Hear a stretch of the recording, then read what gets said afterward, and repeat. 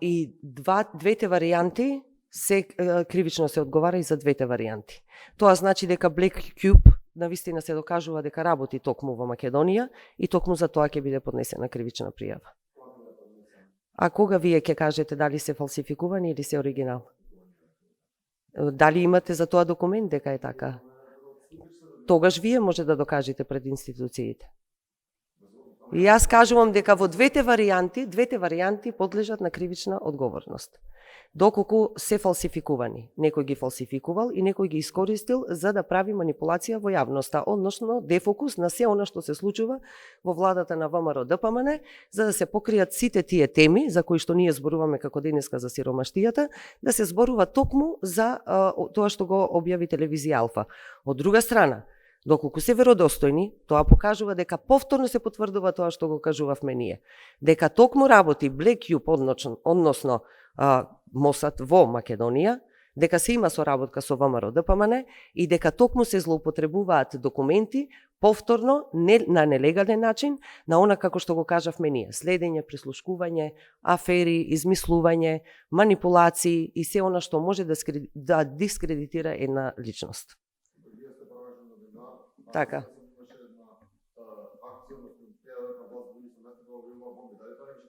Точно, како новинар можам и да се пофалам и со повеќе истражувачки истории, секогаш оригиналните документи сум ги имала во раце, дури и кога не биле објавени. Дали имате други прашања? Да, повелите. Дека ќе бидат забранети коментари на социјалните мрежи, дали ова не е вид цензура и за самото членство? Како извинете, уште еднаш ќе бидат? Ќе забраните коментари на социјалните мрежи, забраните, нема коментари на Facebook, тоа е голем.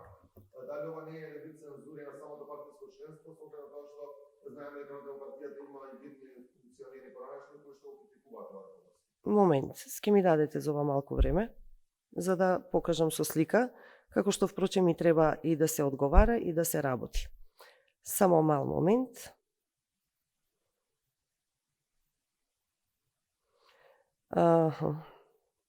Може би сум ја избришала толку што е потресувачка.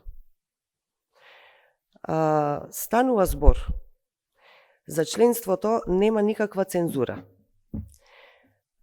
Членството секако во општинските организации, во секојдневниот контакт, телефонските броеви ги имаат, вратата е тука отворена за секој да дојде и да го каже своето мислење. Станува збор за говор на омраза. Јас само сум зачудена како воопшто и тоа не го гледате. Затоа што станува збор за класичен говор на омраза кој што и поттикнува насилство. Јас таа слика која што сакав да ви ја покажам е токму веднаш после моја пресконференција каде што е карикатура, каде што се зборуваат сите погарни зборови кои што може да се кажат за жена и каде што се повикува на е безобразно дури да се каже тоа во јавност. И она што ние го правиме во моментов, пораката е испратена. Секој кој што сака, посебно кога ги зборувате нашите членови, секој кој што сака да каже дека не се согласува тоа, има каде да ни каже. СДСМ и раководството на СДСМ е постојано на терен, ние постојано контактираме со нашите членови и слушаме што ни кажуваат тие. И можам да ве уверам дека секако не ги поддржуваат коментарите кои што ги читаат токму под страната и под секоја објава на СДСМ. Станува збор, ајде барем да станува збор за вистински профили. Станува збор за армија на ботови кои што почнува еден и потоа тоа нема крај. И онака како ние мислиме дека треба да го регулираме, така го направивме. И верувам дека пораката стигнува до граѓаните и дека секој еден кој што мисли дека може со говор на омраза да критикува политика, било чија, тогаш на вистина треба да се каже дека време е да сите да размислиме дали е во ред да се поттикнува таков говор на омраза и со тоа да се поттикнува насилство. Зашто да, говорот е, секој има право на слобода на говор, ама секоја слобода на еден човек завршува таму каде што ја повредува слободата на другиот човек и неговото достоинство и неговото право. Ви благодарам.